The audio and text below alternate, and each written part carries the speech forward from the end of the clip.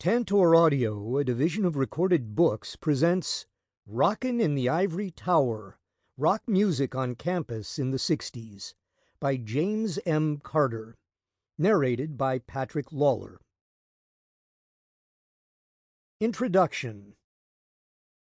When, in 1960, Grinnell College President Howard Bowen interviewed Georgia Dental for the new position of social coordinator, he told her, "I need activities. I need things happening for the students to do," especially important for the rural Iowa Liberal Arts College with a growing student body. Dental accepted the position and served for the next 4 decades as social coordinator, advising the student union in the management of the campus entertainment calendar and budget. It emerged gradually that the only things students wanted were concerts, she said recently. They wanted rock and roll. Given that she had no background in the music industry and little knowledge of specific bands and artists, she just started calling people. Because she was aware of the rock music in San Francisco, she managed to get promoter Bill Graham on the phone. She asked if he had any bands that would make the trip to Iowa to play at the college for the amount of money we could offer. It was very small. I can't believe I had the nerve to ask him. He said, "No, I really don't have anybody right now, but there's a band I'm thinking of bringing into the Fillmore. They're playing in a club." Just as we were about to hang up, I said, "Oh, by the way, what's their name?" That band, barely a year old, turned out to be Jefferson Airplane. They played the homecoming dance at Grinnell in 1966. Jefferson Airplane's manager, Bill Thompson, later recalled playing that early gig at the Midwestern College campus, barely a week after Grace Slick had replaced Signe Anderson on vocals, her first performance outside of California. "We flew to Grinnell College for the homecoming. You should have seen it when we came out to play. We had a light show, but all the girls were in ruffled dresses all the way down to the ankles with corsages, and their families were there. We started the light show, and we had 3 sets to do that night. The first set, it was like we were from Mars. Guys with their hair cut like Dobie Gillis were standing there and staring at us. Their parents were all farmers. They were looking at one another and saying, 'What the hell is this stuff? Too loud for me, Maud. Time to go home and milk the goat.' So they all left." While the audience was no doubt ill-prepared for the show, the booking of one of the earliest psychedelic rock bands at the rural college is a landmark historical event. And while Dental's name is not likely to grace the walls and halls of the Rock and Roll Hall of Fame anytime soon, her role in nurturing rock music during the second half of the 60s is important. Rock music, counterculture, and the 60s. Rock music, as distinct from rock and roll of a decade earlier, was in its infancy as a cultural phenomenon in 1966. Its emergence is typically marked from 1964 and the so-called British Invasion, owing to the massive popularity of the Beatles, the Rolling Stones, and too many other British bands to list here. Additionally, American bands such as Jefferson Airplane, the Grateful Dead on the West Coast, and the Velvet Underground and the MC5 on the East Coast were just forming around 1965. They and others performed a brand of music different from what had come before, predominantly guitar-driven, lyrically provocative music combining psychedelic, blues, and folk elements, among other influences. Identified by several names, the music and its attendant culture soon came to be termed simply rock. Most of the bands associated with it performed in obscure, out-of-the-way places, and none could be heard on AM radio. All that changed within a couple years. From mid-decade, rock music culture quickly grew in the United States, and on college campuses in particular. In 1967, Billboard magazine proclaimed, based on its own extensive research, rock music had attacked, stormed, and conquered the ivory tower. The industry magazine urged record labels to get their product into campus bookstores, which many immediately did. All this was well before the opening of the more famous private clubs hosting rock music, such as the Fillmore's East and West, in spring, summer 1968, and even before the Monterey Pop Festival, June 1967, and certainly prior to Woodstock, August 1969. By 1967, rock music surpassed all other music on college campuses in popularity, coming from dead last 2 years earlier.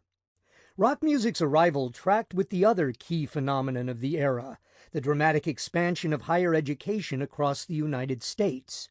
Well documented by historians, this growth resulted from the war's end, specifically legislative efforts such as the GI Bill, the massive baby boom, and unprecedented prosperity during the following 15 years. Total college enrollment expanded by 49% in the 1950s and by 120% in the 1960s. Billboard spotted the growth along with its potential for the music industry and began publishing its annual special issue, Music on Campus, in spring 1964, opening with an editorial on the scope and importance of the college campus as a market for popular music. Its authors pointed out over 4.5 million students had enrolled in 2,140 colleges and universities around the nation, and that number was growing. The college campus became a place, if not the place, for the flourishing of a broad range of music, from classical and chamber to pop vocals and folk music. Given this cocktail, it should come as little surprise to learn that rock music culture soon found the college campus, with its more or less captive audience of 18 to 22-year-olds. Or perhaps they found rock music. Nonetheless, it is surprising to many who hear of it now.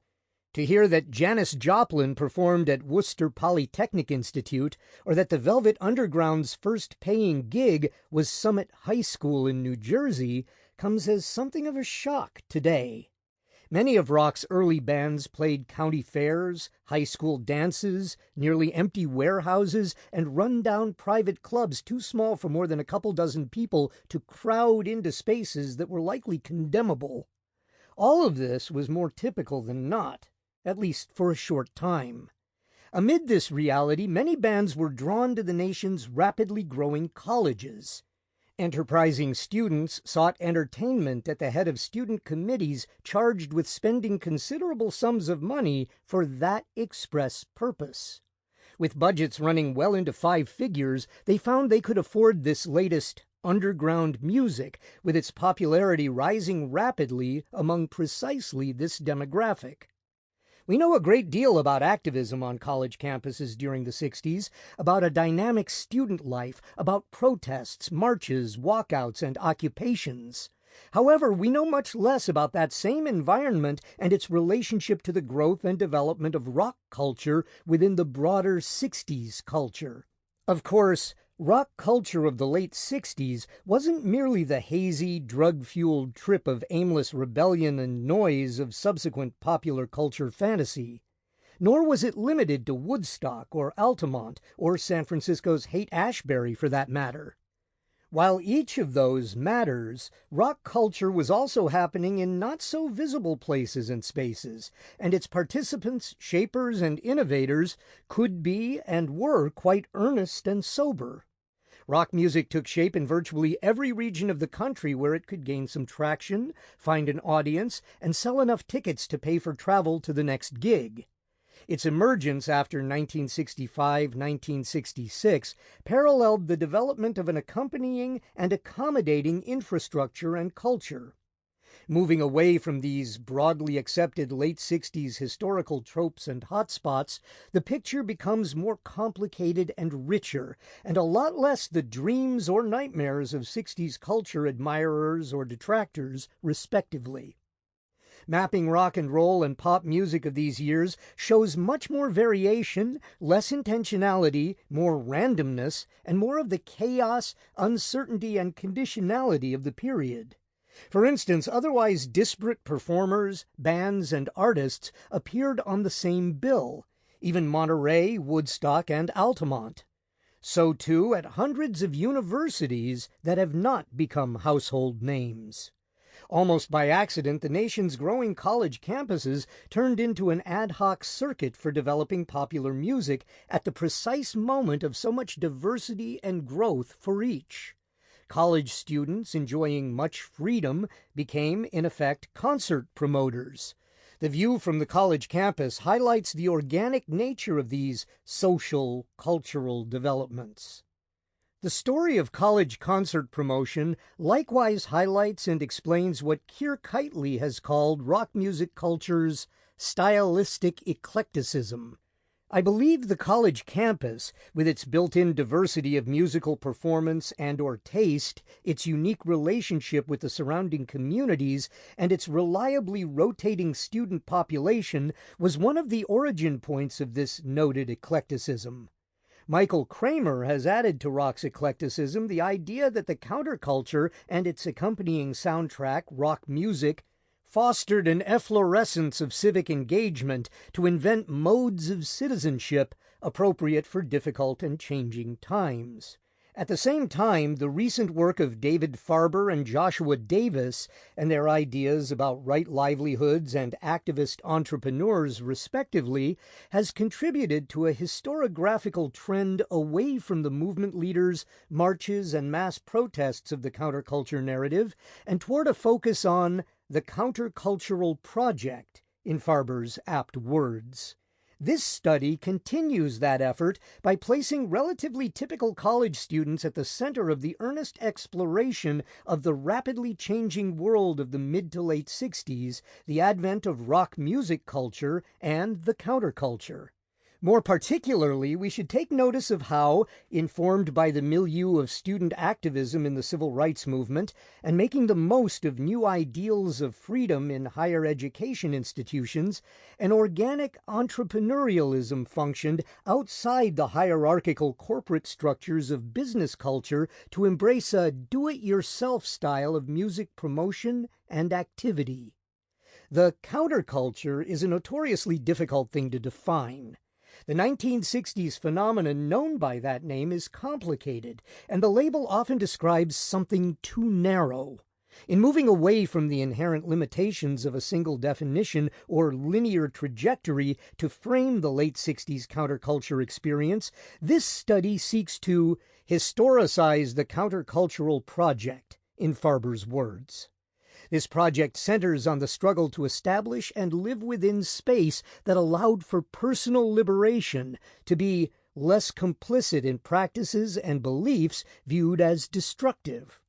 Farber goes on to argue, the counterculture was an ongoing project of self-conscious cultural producers who tried to build more autonomy into their lives. A necessary, sustaining, and contentious aspect of their practice was figuring out who was part of the project and who was not. It was a precarious business of pattern creation, deployment, and recognition in a cultural flux made dangerous by powerful antagonists, inept adoptees, rip-off artists of every description. To call this high-stakes game of cultural production normatively the counterculture is to mistake a word for a set of actions that never achieved equilibrium or homeostasis. Farber's argument for the counterculture as a high-stakes way of life is especially relevant in my research. He, Andrew Hunt, Alice Eccles, John McMillan, Kimbrew MacLeod, and others have done insightful work in recent years which encourages a reassessment and even a reframing of the 60s and the counterculture. Each has contributed in specific ways to decentering the history of these years, and also in rethinking its temporal, geographical, and topical boundaries. The college campus provides an ideal opportunity for just this sort of examination, particularly given the intrinsic entrepreneurialism among students in developing an autonomous, organic cultural life. The campus provided an ideal space for this entrepreneurialism, a culturally and politically savvy, enterprising spirit. With little to no faculty or administrative involvement or direction, students were free to make their own choices and to take lead roles in shaping campus life, and to use the campus as a vehicle to engage the rapidly changing world beyond its walls. At both campuses highlighted in the chapters that follow, entrepreneurialism on the campus flourished in between the existing music industry and the pre-corporate artisanal music experience, especially regarding rock music culture. This in-between space is crucial to understanding how rock culture and the counterculture emerged during the 1960s. Taking organizing and promoting rock music on campus seriously broadens our understanding of what it meant to be an activist during this era. Student concert promoters were driven by an entrepreneurial spirit to assert independence and to reinforce and perpetuate those values and experiences they found worthwhile, while avoiding or rejecting those they did not. To engage, to organize and attend concerts, to play the music, is activism. To do so on a large scale, to invite thousands of others, to spread the culture's influence through live performance is very much so. While never intending to turn rock into an industry, the student promoters played their part. Although they were unaware of or had not intended to play a particular role in the formation of rock culture, college campus impresarios did so as part of the simultaneously developing rock music industry and counterculture. These impresarios engaged with the world around them, giving rise to the wonderfully eclectic culture of rock music. Histories of rock music, the counterculture, and higher education have missed the significant role the college campus played in shaping rock music culture as it developed following 1966. Specifically, the college campus experience gave rise to rock culture, an unstable and eclectic mix of genres encompassing folk, rock and roll, R&B, gospel, pop vocalists, country and western, blues, and even jazz. Only later, in the 1970s, did rock music become a consolidated sound and genre. Likewise, only later did the counterculture, in which rock music played a key part and in turn helped to shape, turn into a more static social symbol and style. This book places the college campus at the center of an emerging rock music culture.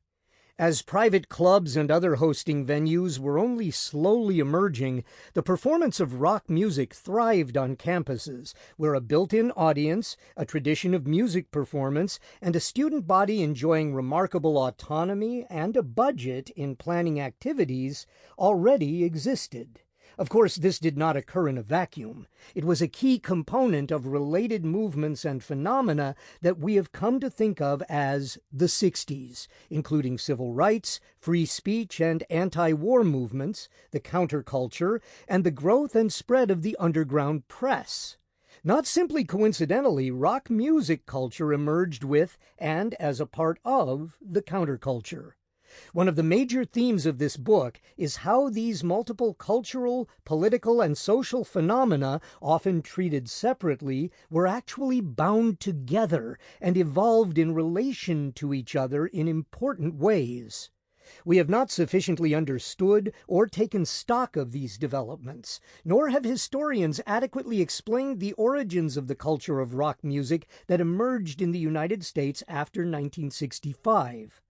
This book moves away from the conventional historical narrative and its key actors and places and/or spaces to explore a dynamic, sometimes counterintuitive, and often unexpected story of the period. Two case studies, Stony Brook and Drew universities.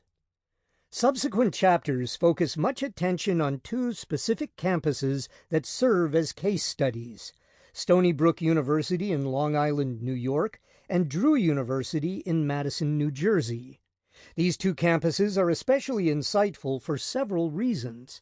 Geographically, they lie due east and west, respectively, of Lower Manhattan's East Village, an acknowledged Sixties site in its own right. Each campus also drew its students from the region around New York, bringing to campus many first-generation college students from the region's middle and working-class families. At the same time, those students had come of age amid a post-war America enjoying unprecedented economic growth, particularly among those very groups, and fighting a Cold War that placed much emphasis on the righteousness of the struggle and the importance of the buy-in of its citizens. This combination made for a particularly engaged and earnest student population. Stony Brook University opened in the early part of the decade and immediately experienced exponential growth in student enrollment common to this period in higher education in general. From an initial student population of under 1,000, the campus teemed with several thousand undergraduates within 2 years. Students struggled through construction equipment, workers, and mud to get to and from classes. The mud, in fact, became one of the enduring, if not endearing, elements of the college experience for most of them. Most also hailed from the region's high schools, all brought together amid tremendous change to a campus that was then relatively isolated on the North Shore of Long Island. A vibrant and rapidly growing student body found itself with near total autonomy to determine campus life. As will become apparent in subsequent chapters, they did precisely that, exerting a great deal of control over their individual and collective destinies on campus, much to the chagrin of campus authorities and local law enforcement. Lying due west, Drew University's heavily wooded campus of a little more than 186 acres is ensconced in the small, sleepy northern New Jersey town of Madison, with its major artery, Main Street, running straight through the middle of town and in front of the campus. The walk from the center of town to the campus takes about 3 minutes. The student population of around 1,200 made the private liberal arts college among the smallest in the area. While the student body did not expand nearly so dramatically as that at Stony Brook, the campus was nonetheless remarkably dynamic, and the students enjoyed much autonomy to engage and determine the course of campus life and culture. Indeed, in both cases, the individual and collective freedom and power of the students stand out. Though technically created with administrative or faculty supervision, in practice the students set up their governing bodies and committees and then ran them with little to no input from either. This, then, is a study of 60s counterculture and rock music as both grew up in and around the area surrounding New York City. A number of colleges and universities, large and small, quickly became hothouses for the era's cultural developments. Ballooning in number from a few hundred to more than 2,000 during the mid-60s, campuses played an outsized role in nurturing the growth of rock music culture in the absence of any infrastructure or venues for it. A relatively small number of campuses ended up being strategically located to become key spots in an organically developing ad hoc cultural infrastructure within a very short time. The chapters that follow explore how college campuses became the key hubs of the emerging ad hoc rock music circuit, propelling hundreds of artists and bands to iconic status while nurturing rock music culture's rise to national prominence and ensuring its cultural permanence. Ironically, this success quickly led to changes in the infrastructure for rock music culture and its relationship to the broader music industry. One of the consequences of these changes was that small venues, such as colleges, could no longer afford to play the role they had only a few years earlier in nurturing and sustaining rock music, and were supplanted by the large-scale performances of arena rock by the early 1970s. One of the benefits in using relatively unknown college campuses as a point of departure lies in moving away from a traditional narrative arc that serves to sequester the various elements of 60s history. Most of the literature on the 60s, rock music, and counterculture centers on familiar places, such as Berkeley and San Francisco, or particular events like Monterey, Woodstock, or Altamont. The result is a conventional narrative that is reductive and siloing. Elements of this history are too often cut off from one another. Much has gotten lost in these well-known narratives. This is certainly true of the important role played by colleges and universities.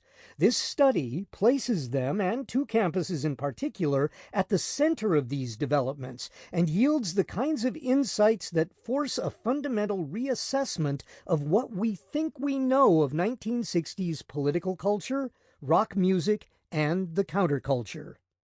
Not only did campuses prove a welcoming environment, but owing to the vast expansion in enrollments over the previous decade, students were well positioned to nurture and shape not simply the music, but the key features of the culture around it.